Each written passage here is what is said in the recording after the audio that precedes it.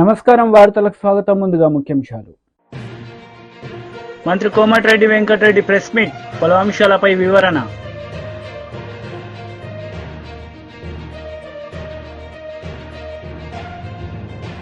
BRS leader press meet, పలు అంశాలపై వివరణ.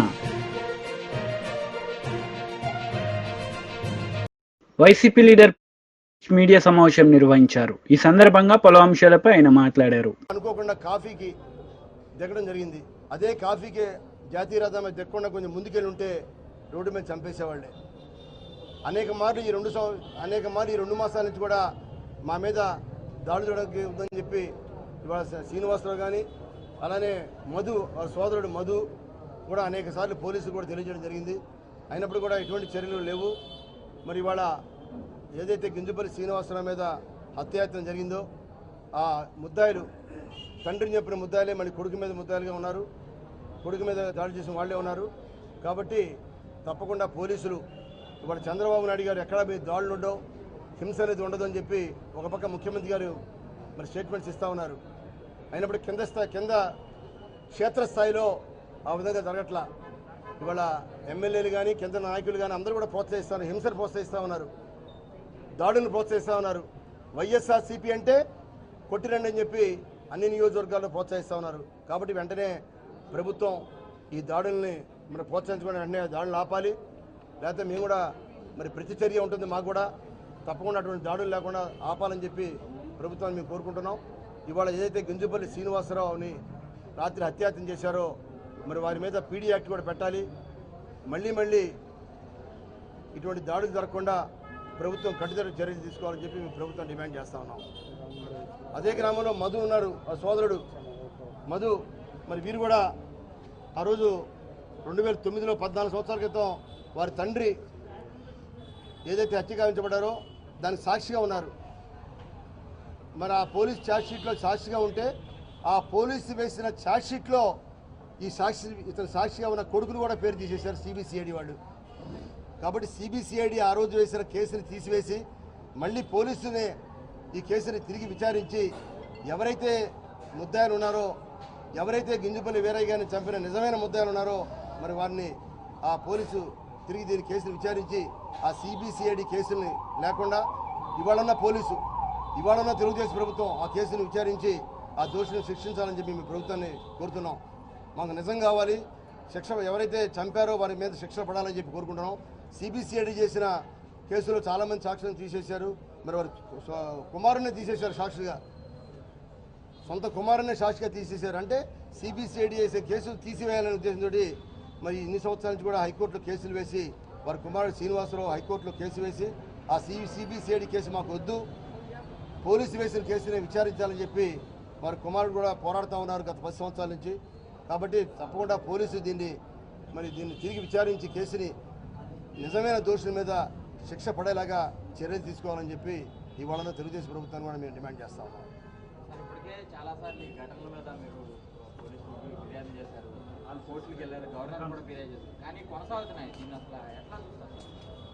అంటే దీని మీద నిజంగా ముఖ్యమంత్రి గారి చిత్తశుద్ధి ఉంటే, ముఖ్యమంత్రి గారి హింసని ప్రోత్సహించో, ప్రజలందరినీ కూడా సామరస్యంగా ఉంచో, ఎక్కడ దాడుల్లో గత ప్రభుత్వంలాగా ఉండవని చెప్పి ఆయన చెప్తున్నారు తప్ప న్యాయంగా గత ప్రభుత్వంలో మా దగ్గర మా ఏరియాలో ఎక్కడ దాడులు ఒక ఎఫ్ఐఆర్ కూడా లేదు. అటువంటి వాడు దాడులు జరుగుతుంటే మరి ప్రభుత్వం చూస్తూ ఊరుకుంటుంది. ఇవాళ 41 అసలు ఇవాళ స్టేషన్ బెయిల్ ఇవ్వడం అనేది అతి దారుణం. ఒక మహిళ, ముస్లిం మహిళని ఇంటి మీదకి దాడి చేసి ఆవిడని విశేషణరహితంగా కొట్టారు. ఈ విధంగా కొట్టిన వాళ్ళ మీద కూడా స్టేషన్ బెయిలు. అలానే అనేక రకాల ఇళ్ళు ధ్వంసం చేశారు. ఇవాళ పార్టీ ఆఫీసు వత్సవాయిలో పార్టీ ఆఫీసు మీద టీవీ ధ్వంసం చేశారు, జెండా దెమ్మిని ఎరగొట్టారు. ఇంతవరకు ఎఫ్ఐఆర్ లేదు, అరెస్టులు కాదు, ఎఫ్ఐఆర్ లేదు. అదే ఏంటని సిఐ గారిని అడిగితే ఎఫ్ఐఆర్ కడుతున్నామని చెప్పి దాదాపుగా నెల రోజు నుంచి ఆయన వేచి చూస్తున్నారు. ఎఫ్ఐఆర్ కాపీ కూడా ఇవ్వాల. వైఎస్ఆర్సీపీ కార్యాలయం మీద దాడి చేస్తే మండల హెడ్ క్వార్టర్స్లో ఎఫ్ఐఆర్ కాపీ ఇవ్వాల ఈ రోజు వరకు కూడా. అది పరిపాలన అలా ఉంది. ఆ రోజు అక్కడ ఉన్న జెండా దిమ్మిని ఫ్లెక్సీని కూడా తీసేయడం జరిగింది. ఇవాళ అక్కడ మహిళల్ని ఇదే నవాపేట గ్రామంలో ఎలక్షన్ కౌంటింగ్ అయిన మర్నాడే ఇదే గ్రామంలో నవాపేట గ్రామంలో ఒక మహిళల మీద ఏ విధంగా దాడి చేశారు చూడండి. మంత్రి కోమటిరెడ్డి వెంకటరెడ్డి ప్రెస్ మీట్ నిర్వహించారు. ఈ సందర్భంగా పలు అంశాలపై ఆయన మాట్లాడారు. అందరికి కూడా హామీ ఇస్తున్నాను.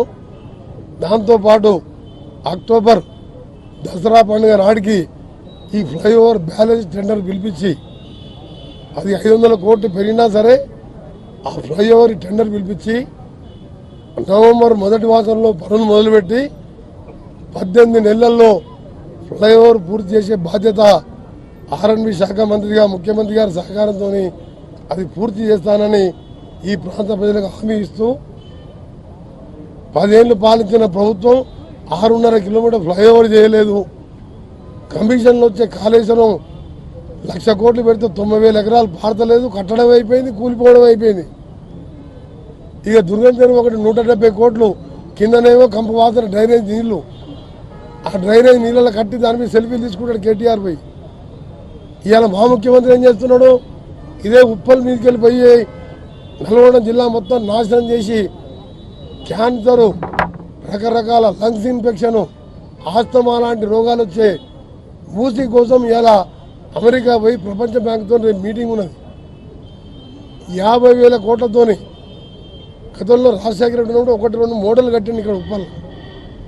పర్మనెంట్గా మూసీ వాటర్ పైప్ లైన్ ద్వారా కృష్ణాలో కలపడం, మల్లన్న సాగర్ నుంచి పైప్ లైన్ ద్వారా గోదావరి వాటర్ తీసుకొచ్చి మూసీని వెడల్పు చేసి ఎంక్రోచ్మెంట్ అయిన వారికి నష్టపరిహారం ఇచ్చి 50,000 కోట్లతో మూసీ చేసే ముఖ్యమంత్రికి అంత మంచి ఆలోచన వస్తే ఇలా రంగారెడ్డి ఉప్పల్లే కాదు నల్గొండ ప్రజలు, హైదరాబాద్ వాళ్ళు ఎంత సంతోషపడుతుందంటే అసలు ఎవరికి రాని ఆలోచన మన ముఖ్యమంత్రి గారికి వచ్చింది. నేను 7 ఏళ్ళకెళ్ళి రీజనల్ రింగ్ రోడ్ 30,000 కోట్లతోని రోజు ఎట్లా మాట్లాడుతున్నానో ముఖ్యమంత్రి గారు కూడా రోజు మూసీ గురించి మాట్లాడుతున్నారు. తప్పకుండా మూసీ పనులు కూడా డిసెంబర్లో మొదలు పెడుతున్నాం. ఆ మూసీతో ఉప్పల్లో ఇబ్బంది పడుతున్నా లేదా మీకు? ఆ వాసన వస్తుందా లేదా మీకు? పేరు మెట్రో స్టేషన్ వచ్చింది, ఇంటికెళ్ళి రాత్రి బయటకు వస్తే ఇంతలా దోమలు మీకు. అంత డ్రైనేజ్ కంపు. Hyderabad drainage Nacharam industrial area కంపు అంతా ఇటే పోతుంది. ఇది కాంగ్రెస్ ప్రభుత్వం, ఇది ప్రజాప్రభుత్వం. ఒకవైపు 1,50,000 వరకు చేసినాం రుణమాఫీ, ఆగస్టు 15కు 2 లక్షలు, 32,000 చేసిన చరిత్ర దేశంలో చిన్న రాష్ట్రంలో ఎవరు చేయలేదు. ఆయన చేసిన 7 లక్షల కోట్లకు 12% వడ్డీకి తీసుకొస్తే 7,000 కోట్ల వడ్డీ కడుతున్నాం. అసలు కలిపి 47,000 కోట్లు కట్టాం. సంక్షేమ కార్యక్రమాలకు, ఫ్రీ ఆర్టీసీ బస్సుకు, 0 కరెంటు బిల్లుకు అంతా కలిసి 36,000 కోట్లు అయితే ఆ పాపాత్ముడు చేసిన దానికి 47,000 కోట్లు. ఏం లాభం కడితే? పెద్ద తెలివి ఉందనుకుంటాడు ఆయన కేసీఆర్, పెద్ద తెలివి. ఎప్పుడైనా కేసీఆర్ ఇడంగా వచ్చి అసలు ఈ ఫ్లైఓవర్ 6 ఏళ్ళు ఎందుకు పడుతుంది? 6 నెలలు చేయొచ్చు. చైనాలో 57 అంతస్తుల హోటల్ 19 రోజులలో కట్టింది. 57 అంతస్తుల రోడ్. నేను పోయి చూసి వచ్చిన చైనా బీజింగ్లో ఆ హోటల్ చూసి వచ్చిన పోయి చూస్తే రెగ్యులర్ హోటల్ లాగానే ఉన్నది. ఇంత టెక్నాలజీ పెరిగితే ఈ రోజులలో హైదరాబాద్లో 60 అంతస్తుల బిల్డింగ్లు అవుతున్నాయి. మరి కేటీఆరా, కేసీఆరా, హరీషా అసెంబ్లీలో మాట్లాడుతున్నారు. ఇంకా సిగ్గులే కూడా అసెంబ్లీలో. ఒక దేశంలో మొట్టమొదటి మహిళా హోమ్ మినిస్టర్, 5 ఏళ్ళు ఐటీ మినిస్టర్, ఆమెనే రేవంత్ రెడ్డి రా తమ్ముడు నీకు భవిష్యత్తు ఉంటుంది, ముఖ్యమంత్రి అవుతామని చెప్పినాడు. తీసుకొచ్చింది. ఈయన మాటలు నమ్మిండు. మల్కాజ్గిరిలో చీఫ్ ఎలక్షన్ ఏజెంట్ ఉంటాను. అయినా సరే మా తమ్ముళ్ళు అందరు కలిసి గెలిపించిండు రేవంత్ రెడ్డి గారిని. ఈయన తీసుకొచ్చిండు. ఆయన తీసుకొచ్చిన కాబట్టి బీఆర్ఎస్ లీడర్ మీడియా సమావేశం నిర్వహించారు. ఈ సందర్భంగా పలు అంశాలపై ఆయన మాట్లాడారు. అసెంబ్లీ ఎన్నికల సందర్భంగా ఈ యువతను ఊరు వాడ తిప్పి, చేను శెలకా తిప్పి, గద్దెనెక్కించి వాళ్ళను అధికారంలో తీసుకొస్తే అదే కాంగ్రెస్ పార్టీ గద్దల్లాగా వాళ్ళని ఎత్తుకెళ్ళి ఈరోజు కేసుల పాలు, స్టేషన్ల పాలు చేస్తూ ఉన్నది. ఇది చాలా దుర్మార్గం. ఇది ఆ రోజు శాసనసభ ఎన్నికల సందర్భంగా కానీ, లేదా ఇటీవల జరిగినటువంటి ఎమ్మెల్సీ ఎన్నికల సందర్భంగా కానీ కాంగ్రెస్ పార్టీ గెలిచిందంటే దానికి ప్రధాన కారణం ఈ రాష్ట్రంలో ఉన్నటువంటి యువత, ఈ రాష్ట్రంలో ఉన్నటువంటి నిరుద్యోగులు, రాష్ట్రంలో ఉన్నటువంటి GO46 బాధితులు. కానీ ఆ నిరుద్యోగ యువతనే ఈరోజు మా కష్టాలు చెప్పుకుందామని చెప్పి వాళ్ళు ప్రజాభవన్కు వెళ్తే వాళ్ళ కష్టాలను వినకుండా, ఈరోజు వాళ్ళ కన్నీళ్లను తుడవకుండా, ఈరోజు వాళ్ళను కొట్టి వాళ్ళని కేసుల పాలు చేసి వాళ్ళ మీద అరాచకం చేయడం చాలా దురదృష్టకరం. ఆ రోజు కాంగ్రెస్ పార్టీ ఏం చెప్పింది? ఇది ప్రజాభవను, ప్రజల కన్నీళ్లు చూడడం, ప్రజల కష్టాలు వినడము ఈ ప్రజాభవన్ కర్తవ్యం అన్నారు అని అనేక రకాలుగా కాంగ్రెస్ పార్టీ కహానీలు చెప్పింది. కానీ దురదృష్టకరమైనటువంటి విషయం ఏంటంటే ఈరోజు మా కష్టాలు చెప్పుకుందామని వెళ్ళినటువంటి GO46 బాధితుల మీద ఈరోజు పిడిగుద్దులు గుద్ది అర్ధరాత్రి 1:30కు వాళ్ళను అరెస్టు చేసి వాళ్ళను ఒక్కో దగ్గర 10 మందిని 20 మందిని వదిలి దాని తర్వాత కొంతమందిని అరెస్ట్ చేసి తీసుకెళ్లడం జరిగింది. ప్రజాభవన్కు GO46 బాధితులు అనేక సందర్భాలుగా వెళ్ళిండ్రు, అనేక సందర్భాలుగా వాళ్ళ సమస్యలు చెప్పుకునేటువంటి ఒక ప్రయత్నం చేసిండ్రు.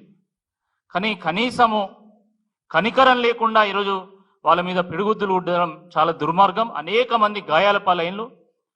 పాపం ఏ మీడియా కూడా అర్ధరాత్రి కాబట్టి క్యాప్చర్ చేసుకునేటువంటి అవకాశం లేకుండా పోయింది. కాళ్లకు, చేతులకు, వెన్నులకు, వీపుకు చాలా గాయాలైనాయి. మమ్మల్ని ఇక్కడ నిరసన తెలుపనీయడం లేదని చెప్పి వాళ్ళు తెల్లవారు మళ్ళీ అమరవీరుల స్తూపం దగ్గర, అమరజ్యోతి దగ్గర వెళ్ళి అక్కడైనా మా గోస అమరులకైనా చెప్పుకుందామని వెళ్ళి అక్కడికి వెళ్ళి దీక్ష చేస్తూ ఉంటే మళ్ళీ నిన్న ఉదయం 10:30కు వాళ్ళని అరెస్ట్ చేసి వాళ్ళని తీసుకుపోయి బండ్లగూడ పోలీస్ స్టేషన్లో పెట్టడం జరిగింది. ఎంత దుర్మార్గం అంటే నిన్న ఉదయం వాళ్ళు నిరాహార దీక్ష ప్రారంభిస్తే నిన్న రాత్రి 11 గంటల వరకు వాళ్ళు మంచినీళ్ళు కూడా ముట్టలే. నేను వెళ్ళి వాళ్ళని పరామర్శించి స్వయంగా బీఆర్ఎస్ పార్టీ కార్యనిర్వాహక అధ్యక్షులైనటువంటి కేటీఆర్ గారితో మాట్లాడిపించిన తర్వాత, కేటీఆర్ గారు మీ ఆరోగ్యం మాకు చాలా ముఖ్యం, మీ భవిష్యత్తు ముఖ్యం కాబట్టి మీరు ఎట్లనైనా చేసి మీరు దీక్ష విరమించండి, మీకు అండగా మేముంటాం, మీకోసం మేము కొట్లాడతాం, అవసరమైతే మా ఎమ్మెల్యేలు అందరినీ కూడా చీఫ్ సెక్రటరీ దగ్గర తీసుకెళ్ళి మీ బాధను వినిపిస్తామని చెప్పినా కూడా వాళ్ళు దీక్షను విరమించకుండా వాళ్ళు నిన్న రాత్రి 11 గంటల వరకు దీక్ష చేస్తే కూడా కనీసం కాంగ్రెస్ పార్టీ నాయకుడు ఒక్కడు కూడా పట్టించుకున్నటువంటి నాదులు లేడు. ఒక మంత్రి కూడా వాళ్ళతో మాట్లాడేటువంటి పాపాన ఓలే. ఇదా ప్రజాపాలన? ఇదా మీరు తీసుకొచ్చినటువంటి మార్పు? ఇంత దుర్మార్గమా? జాలి, దయ, కరుణ, కనికరం అనేటువంటివి మీ డిక్షనరీలో అసలు లేనట్టున్నది. బీజేపీ లీడర్ మీడియా సమావేశం నిర్వహించారు. ఈ సందర్భంగా పలు అంశాలపై ఆయన మాట్లాడారు. నుండే హైకోర్టు అక్కడ కూడా ఒక మామూలుగా మహారాష్ట్రలో మాదిరి ఒక యూనిట్ ఇక్కడ ఉంటూ ఒక యూనిట్ మహారాష్ట్రలో కూడా ఉంది, నాగపూర్లో కొన్నాళ్ళ పాటు, అక్కడ బాంబేలో కొన్నాళ్ళ పాటు అని మేము చెప్పిన ప్రకారం అది కూడా జరుగుతుంది. కర్నూలులో కూడా బెంచ్ ఇక్కడ శాశ్వత బెంచ్ ఇక్కడ ఉంటుంది. సమ్మర్ వెకేషన్ కానీ వింటర్ వెకేషన్ కానీ కొన్ని రోజుల పాటు అక్కడ పనిచేస్తుంది కూడా. ఇప్పుడు ఆల్రెడీ లోకాయుక్త కర్నూలు ఉంది, దానికి సపోర్ట్గా ఇది కూడా ఉంటుంది. ఎంపీలు ఇప్పుడు విధి లేని పరిస్థితి, మేము రాణించుకోని పరిస్థితి, వాళ్ళు రావాలనే ఇక్కడికి రాణించుకోలేని పరిస్థితి. ఎందుకున్నారు? దొంగతనం బయటికి వాళ్ళ మహానుభావుడు పెద్ద అంగడి పెట్టుకొని అది వాళ్ళకి తెలిసిపోయింది. వాళ్ళ అంగళ్ళు మాకు తెలుసు. తెచ్చుకుంటే ఆ దరిద్రం మాకు అంటుకుంటుంది. మాకు అంత అవసరం లేదు. వాళ్ళు రావాలనుకునే రాణించుకుంటే కదా పరిస్థితి ఆ విధంగా ఉంది, అనానుకూలంగా ఉంది. కాబట్టి వాళ్ళు చెప్పుకుంటారు, ఎందుకంటే ఏదో కవరేజ్ కోసమని. మన ధర్మవరం వెంకటరామరెడ్డి గారు ఒక స్పీచ్ ఇచ్చాడు, అసలు అంత తొందర ఎందుకు అని. అదేమి మా మీద మంచి అభిప్రాయంతో కాదు, పరోక్షంగా తన జోలికి పోకుండా ఆడిన నాటకం అది. ఆ పాట కూనిరాగం అంటారు, కూనిరాగం పడితే ఏదైనా తగ్గిస్తారేమో యాక్షన్ అని, అదేం ఆగదు. కేంద్రం ఇస్తున్న 15,000 కోట్ల గ్రాంట్ కూడా గ్రాంట్ కాదు, అది అప్పే అని చెప్పేసి అంబటి రాంబాబు అంటున్నారు. అలాగే యూటర్న్ తీసుకుంటున్నారు 2 నెలల్లోనే చంద్రబాబు అని చెప్పి అంబటి రాంబాబు కామెంట్. రాంబాబు గారు ఏ కామెంట్ అయినా చేస్తాడు, యూ టర్న్ ఉండదు, ఎప్పటికీ ఒకటే టర్ను, ఒకటే కూటమి, ఇంకా బలంగా ఉంటుంది. ఇంకా టోటల్ అన్ని స్థానాలు 200 స్థానాలు వచ్చేదానికే మా ప్లాన్ ఉంది. నేను ఫస్టే చెప్పినా వాళ్ళకి 0 అని, వాళ్ళ మ్యాథమెటిక్సే చెప్తున్నాయి. 200 అని చెప్తే 15 వచ్చినాయి, ఈసారి మాకు 9 అని చెప్తే 200 వస్తాయని వాళ్ళకి 0 అని. కారణం ఈ యొక్క ప్రగతి. మేము ఆ మాదిరి చేయాల్సిన అవసరం లేదు. ఈ మోడీ గారు అక్కడ, ఇక్కడ చంద్రబాబు నాయుడు గారు అందరూ పనిచేస్తాం, ప్రతి చోట న్యాయం జరుగుతుంది. మొన్న నేను పార్థసారథి గారితో మాట్లాడినప్పుడు అందరికీ హౌసింగ్, ఆయన పార్థసారథి గారు నూజివీడు ఎమ్మెల్యే గారు మంత్రి కూడా అందరికీ ఇండ్లు కూడా 2.5 లక్ష సెంట్రల్ ఇస్తే 1.5 లక్ష కలిపి అందరికీ జర్నలిస్టులకు కూడా ఇండ్లని ప్రకటించాడు. నేను నిన్న కూడా మార్నింగ్ మాట్లాడాను. టిడ్కో హౌస్ ఆయన కిందికి రాదు, నారాయణ గారికి వస్తుంది. మీరందరూ ఎక్కువ మంది టిడ్కో కింద ఆధారపడి ఉంటారు, అందరికీ హౌసింగ్ ఇవ్వాలనే ఉద్దేశంతో అన్నీ బయట ఉండేటి కట్టిన వాటిని 90, 95, 99% కడితే కూడా ఆపినాడు ఈ దరిద్రుడు. దాన్ని కరోనా కేంద్రాలుగా చేసినాడు, క్వారంటైన్ సెంటర్లుగా పెట్టినాడు. మా దగ్గర అయితే ఎందుకంటే దాంట్లో చేరకూడదు. అమరావతి ముఖ్యమంత్రి గారు స్టార్ట్ చేశారు, చంద్రబాబు నాయుడు గారు ఆపాల. టిడ్కో హౌసు చంద్రబాబు నాయుడు స్టార్ట్ చేశాడు, ఆపాల. పోలవరం స్టార్ట్ చేసినాడు, ఆపాల. పట్టిసీమ వద్దన్నాడు, పట్టిసీమ నుంచి నీళ్లు కంటిన్యూ వస్తుంది. అసలు ఎన్ని రకాలుగానో మీకు ఇరిగేషన్ గురించి మన శ్రీశైలం దగ్గర ముఖ్యమంత్రి గారు స్వయంగా చెప్పారు, రాయలసీమకు ప్రతి ఒక్కరికి అన్ని ఎకరాలకు సాగునీరు అందిస్తామని, తాగునీరు అందిస్తామని. మన పవన్ కళ్యాణ్ గారు జలజీవన్ మిషన్ కింద 10,500 కోట్లు వరల్డ్ బ్యాంక్ నుంచి ఫండ్స్ కోసం ట్రై చేస్తున్నారు, అది కూడా సక్సెస్ అవుతుంది. మీకు కొన్ని విషయాలు అన్నీ కలిపి చెప్పాలనేది మా ఉద్దేశం. మీకే కాదు, ఇది లోకానికి తెలియాలా ఏం జరుగుతుంది, ఈ దరిద్రులు ఏం మాట్లాడుతున్నారు, కౌంటర్ తెలియాలా. ముఖ్యమంత్రి గారు ఆలోచన ఏంది, ప్రజల ఆలోచన ఏంది. ప్రజలు చీకొడతారు కదా, ఇంకా ఎందుకు మీరు ఏడుపు, పార్టీని మూసుకోండి, రాజకీయాలకు మీరు అన్ఫిట్. రైట్ మా, థ్యాంక్ యూ.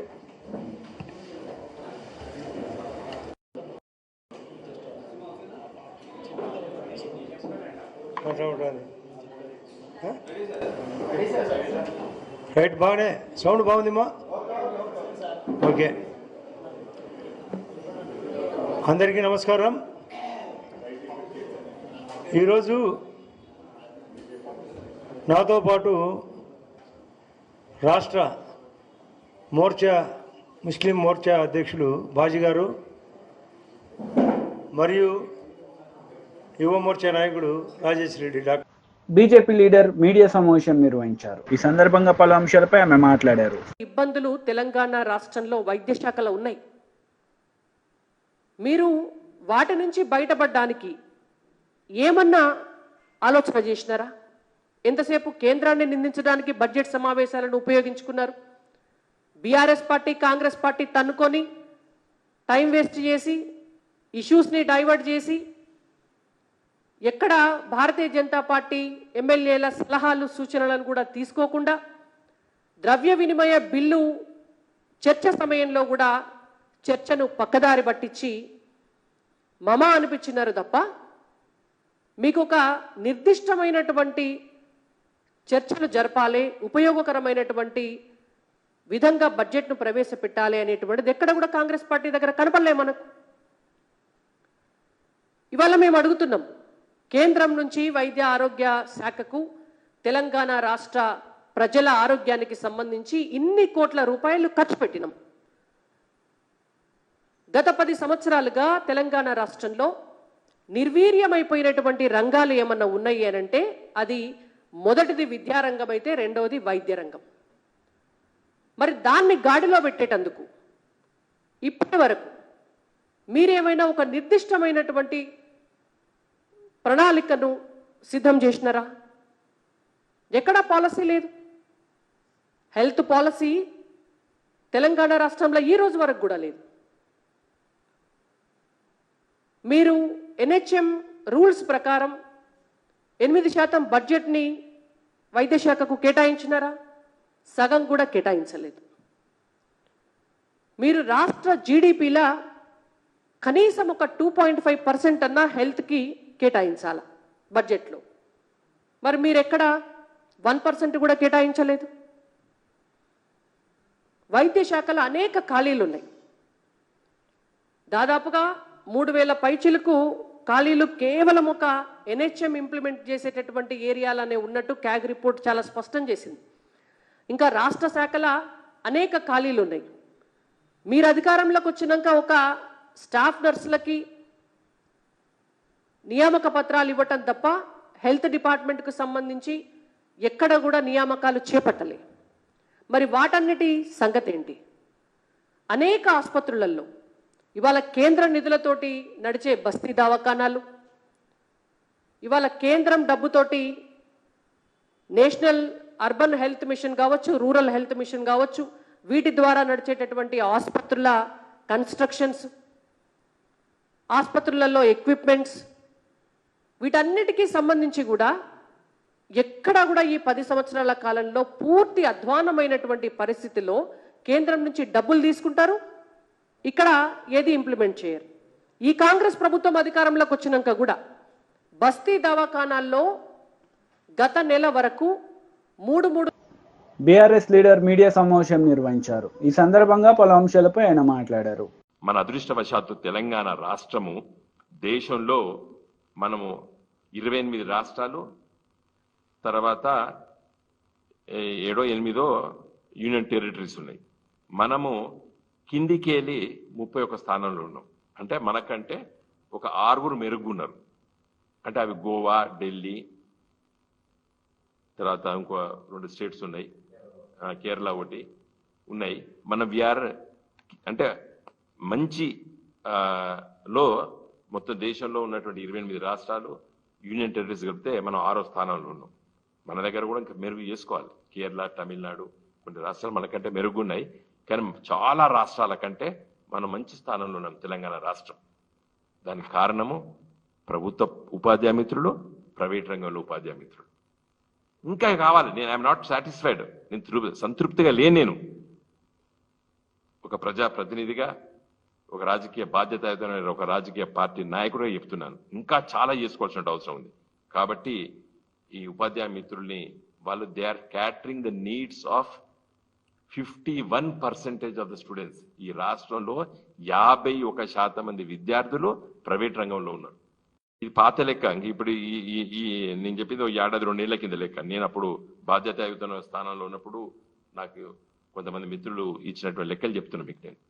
ఇప్పుడు ఇంకా కూడా ప్రైవేట్ రంగంలోకి ఎక్కువ స్టూడెంట్స్ వేరు. నిన్న పేపర్లో చదివినా ఈ సంవత్సరం ఎంతమంది 2 లక్షల మంది విద్యార్థులు ప్రభుత్వ పాఠశాల నుంచి వెళ్ళి విరమించుకున్నారు, ప్రైవేట్ రంగంలోకి వేరు. ఇది బాధపడాలి కదా Revanth Reddy. You should feel a little bit guilty.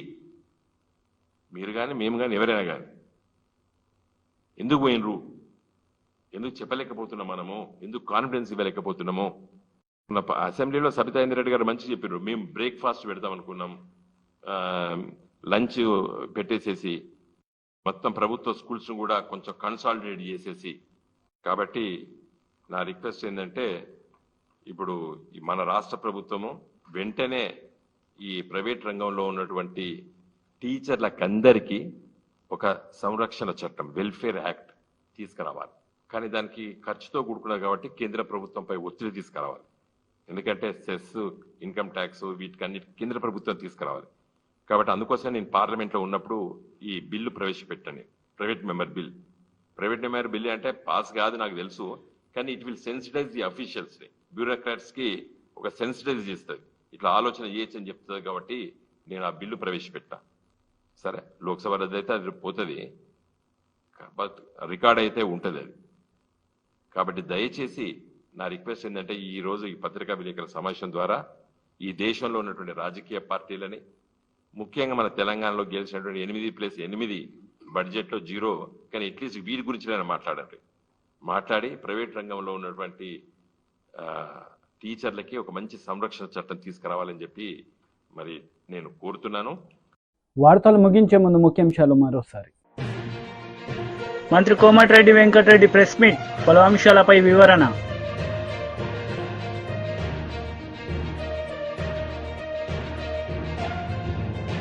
BRS leader press meet, పలు అంశాలపై వివరణ. ఈ వార్తలు ఇంతటితో సమాప్తం. తిరిగి ప్రసారమయ్యే వార్తల్లో మళ్ళీ కలుద్దాం. అంతవరకు సెలవు. నమస్తే.